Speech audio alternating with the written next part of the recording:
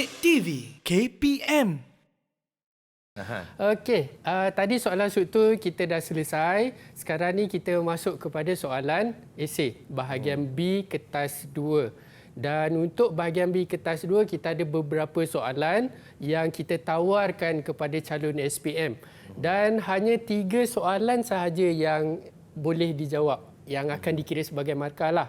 Nak jawab lebih boleh, silakan, digalakkan. Okay, sebab kita akan pilih markah mana yang lebih tinggi. Jawab kurang, janganlah. Betul. Kan, tak cukup markah nanti. Macam mana nak lulus? Kena lebihkan, cikgu ya? Lebihkan. Kurang jangan. Okey, dan setiap soalan kita pecahkan kepada 3 seperti ini. Cumanya markah kita tawarkan lebih banyak. Okey, 4 markah, 8 markah, 8 markah, 20 markah untuk satu soalan. Maknanya untuk bahagian B kita tawarkan 60 markah untuk anda. Banyak tu. Okey, contoh, sistem pentadbiran Kesultanan Melayu Melaka merupakan pentadbiran yang tersusun. Terangkan peranan pembesar berempat, 4 markah. Okey, dan soalan B, huraikan Undang-Undang Hukum Kanun Melaka, 8 markah. Dan soalan C, seperti soalan struktur, soalan terakhir kita akan tawarkan soalan kebat. Apakah yang akan berlaku sekiranya rakyat negara kita? Kita tak mention rakyat Melaka, Kesultanan Melayu Melaka tak. Negara kita. Maksudnya soalan C ni berkaitan zaman sekarang. Malaysia sekarang. Kalau rakyat Malaysia tak patuh undang-undang, apa akan jadi? Okey, 8 markah. Okey, untuk soalan A kita tak akan bincangkan sebab tadi awal-awal segmen tadi Alia Farhana dah terangkan kepada kita apa peranan pembesar berempat. Jadi sekarang kita tengok soalan B, huraikan. Dah nama pun kata tugasnya huraikan. Mestilah dihuraikan. Bagi fakta, bagi huraian, ada contoh? Bagi. Kalau ada. Okay, kalau tak ada masalah. Yang penting ada huraian. Okey, 8 markah. Huraikan, kita nak kehendak soalan, kita nak hukum kanun Melaka menjamin kemakmuran kesejahteraan. Okey, macam mana hukum kanun Melaka menjadikan ekonomi Melaka ni berkembang. Okey, murid-murid di Google Meet. Siapa yang nak jawab soalan ni? Angkat tangan. Baik, Ya, Nadia Solehah. Okey, terima kasih cikgu. Undang-Undang Hukum Kanun Melaka membincangkan tentang hukuman yang dikenakan ke atas perbuatan jenayah seperti membunuh dan mencuri. Jika seseorang didapati membunuh tanpa pengetahuan raja, maka dia akan dihukum bunuh. Selain itu, undang-undang ini juga mempunyai peraturan berkaitan urus niaga untuk mengawal perdagangan di Melaka agar tidak bertentangan dengan ajaran Islam. Orang yang menjalankan perniagaan hendaklah akil balik dan perlu melapaskan niat jual beli. Lengkap cikgu jawapan daripada Nadia Solehah. Bagaimana cikgu dengan jawapan beliau tadi? Dengar-dengarnya, kalau ikut saya dengar, maka penuh kat situ. Baik cikgu. Tapi lepas ni kita tengoklah macam mana. Cumanya yang apa saya suka jawapan Nadia Solehah adalah dia bercerita pasal urus niaga, perniagaan yang berkaitan dengan ekonomi. Okey. Ekonomi berkembang, negara akan jadi makmur. Kemakmuran. Dia dah settle, dah selesai satu perkara. Nadia juga bercerita pasal jenayah.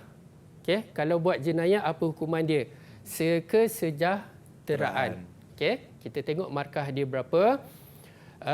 Seperti biasa kepala ayat buat, boleh buat kepala ayat, ambil je dari soalan. Hukuman dikenakan ke atas perbuatan jenayah. Okey, dapat satu markah di situ. Apa contoh jenayah? Membunuh dan mencuri. Ada satu markah kat situ. Walaupun bagi 2 contoh, hanya satu markah sahaja. Jadi kesimpulannya dekat sini nak bagi contoh satu je. Tak payah banyak-banyak. Sebab banyak contoh nanti satu je. Takut salah satu. Okay? Maksud saya adalah satu fakta, hanya satu contoh. Tak payah ingat banyak-banyak. Okay, membunuh dan mencuri. Dan Nadia juga memberitahu kita, menjawab, dia bagi tahu fasal yang terkandung dalam Hukum Kanun Melaka. Yang tadi itulah. Jika membunuh raja tak tahu, pembesar tak tahu, maka dia pun akan dihukum bunuh. Okey, lengkaplah di situ ada fakta, ada contoh, ada huraian. Okey, dan isi yang kedua Nadia tadi, undang-undang juga ada peraturan berkaitan urus niaga. Dia cerita pasal ekonomi, pasal perniagaan.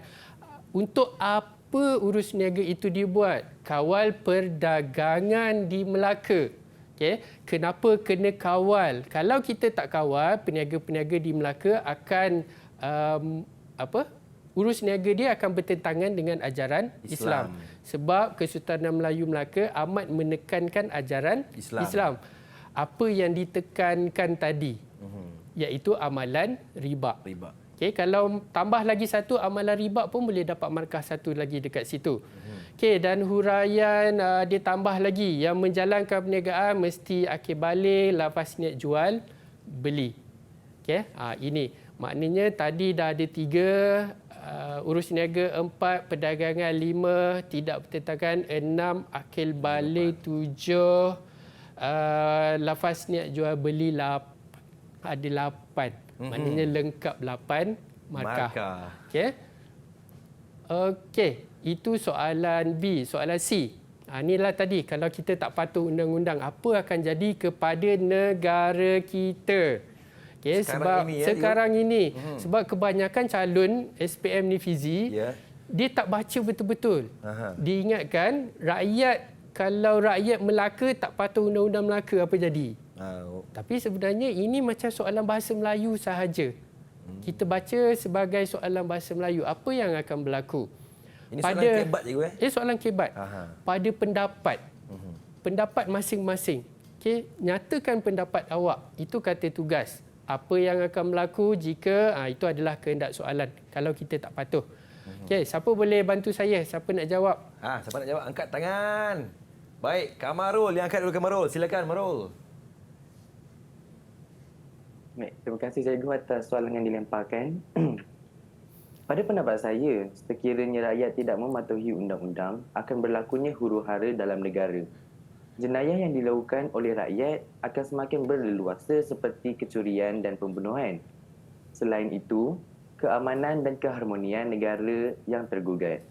Keadaan ini boleh menyebabkan anasir-anasir luar akan mengambil kesempatan terhadap negara kita untuk menjalankan aktiviti mereka seperti penyeludupan dadah dan penyebaran ideologi pengganas.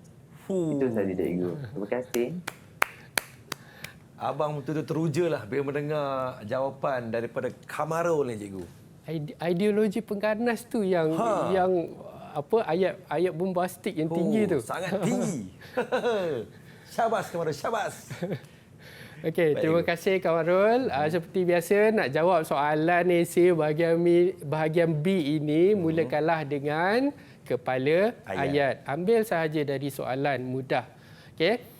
Jika rakyat tidak mematuhi undang-undang, akan berlakunya huru-hara dalam negara. Saya rasa kat sini kita boleh bagi markah tak kat sini, Fizi? Boleh, cikgu? Boleh, huru-hara. Kalau kita tak patuh undang-undang, huru-hara. Betul. Kalau kita tak patuh undang-undang jalan raya, bayangkanlah apa yang akan jadi. Huru-hara betul, cikgu? Huru-hara betul. Kira kanan aksidenya. Ya, betul. Okey, jenayah yang dilakukan oleh rakyat akan semakin berleluasa. Kalau tak patuh kepada undang-undang, mereka akan sesuka hati buat jenayah mereka.